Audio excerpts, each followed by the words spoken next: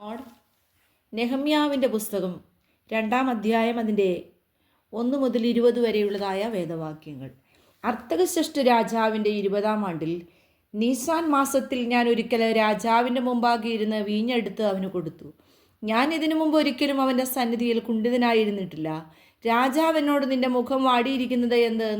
നിനക്ക് ദീനമൊന്നുമില്ലല്ലോ, ഇത് മനോദുഃഖമല്ലാതെ മറ്റൊന്നുമില്ല എന്ന് പറഞ്ഞു. അപ്പോൾ ഞാൻ ഏറ്റവും ഭയപ്പെട്ടു രാജാവിനോട്, രാജാവ് ദീർഘായുസ്സായിരിക്കട്ടെ. എൻ്റെ പിതാക്കന്മാരുടെ കല്ലറകളുള്ള പട്ടണം ശൂന്യമായും അതിൻ്റെ വാതിലുകൾ തീ കൊണ്ടും വെന്തും കിടക്കെ എൻ്റെ മുഖം വാടാതെ ഇരിക്കുന്നത് എങ്ങനെയെന്ന് പറഞ്ഞു. രാജാവിനോട്, നിന്റെ അപേക്ഷ എന്ത് എന്ന് ചോദിച്ചു. ഉടനെ ഞാൻ സ്വർഗത്തിലെ ദൈവത്തോട് പ്രാർത്ഥിച്ചിട്ട് രാജാവിന് തിരുവുള്ളമുണ്ടായി അടിയന് തിരുമുമ്പിൽ ദയ ലഭിച്ചു എങ്കിൽ അടിയനെ യഹൂദായിൽ എൻ്റെ പിതാക്കന്മാരുടെ കല്ലറകളുള്ള പട്ടണത്തിലേക്ക് അത് പണിയേണ്ടതിന് ഒന്ന് അയക്കണമേ എന്നുണർത്തിച്ചു. അതിന് രാജാവ്, രാജ്ഞി വരികയിരുന്നിരുന്നു, നിന്റെ യാത്രയ്ക്ക് എത്ര നാൾ വേണം? നീ എപ്പോൾ മടങ്ങി വരുമെന്ന് എന്നോട് ചോദിച്ചു. അങ്ങനെ എന്നെ അയപ്പാൻ രാജാവിന് സമ്മതമായി.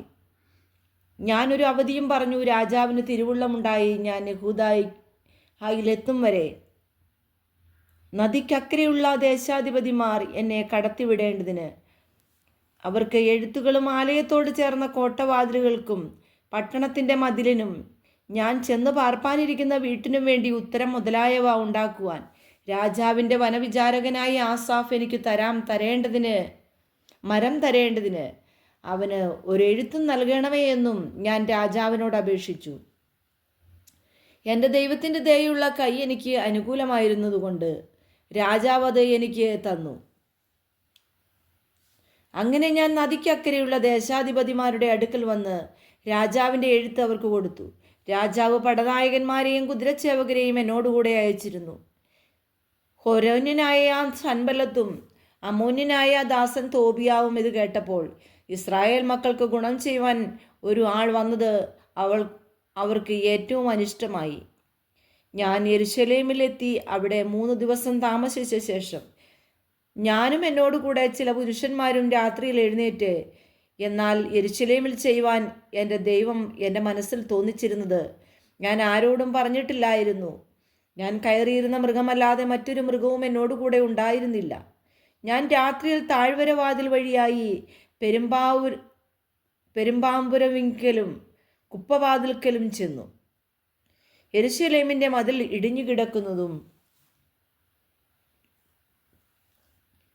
വാതിലുകൾ തീവച്ച് ചുട്ടിരിക്കുന്നതും കണ്ടു. പിന്നെ ഞാൻ ഉറവുവാതിൽക്കലേക്കും രാജാവിൻ്റെ കുളത്തിങ്കിലേക്കും ചെന്നു. എന്നാൽ ഞാൻ കയറിയിരുന്ന മൃഗത്തിന് കടന്നു പോകുവാൻ സ്ഥലം പോരാതിരുന്നു. രാത്രിയിൽ തന്നെ ഞാൻ തോട്ടിൻ്റെ അരികത്തുകൂടി ചെന്നു മതിൽ നോക്കി കണ്ടു. താഴ്വര വാതിലിൻ വഴിയായി മടങ്ങിപ്പോന്നു. ഞാൻ എവിടെ പോയി എന്നും എന്തു ചെയ്തു എന്നും പ്രമാണികൾ ആരും അറിഞ്ഞില്ല.